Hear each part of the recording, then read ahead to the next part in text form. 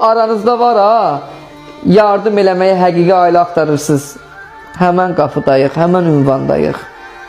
Aynurun haqqında bizə məlumat veriblər. Gəlmişik, maraqlanmışıq.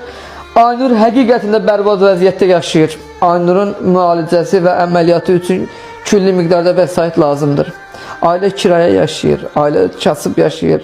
Aynurun qardaşı ofisiant işləyir, gecə saat 1-ə qədər, 2-yə qədər işləyir, 1-ə, 2-yə qədər. Oradan aldığı o pulu da, qəpik quruşu da qatır, bacısına dərman alır, gətirir.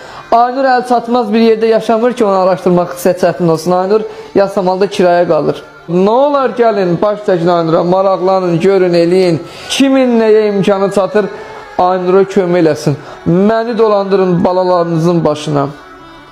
Aynura kömək eləyin. Sizə and verirəm, yalvarıram sizə. 3 manat, 5 manat, kimin nəyə imkanı çatır, kömək eləyin. Və elədiyiniz köməklərdə valideynlərinizi savaba şərik niyyət eləyin.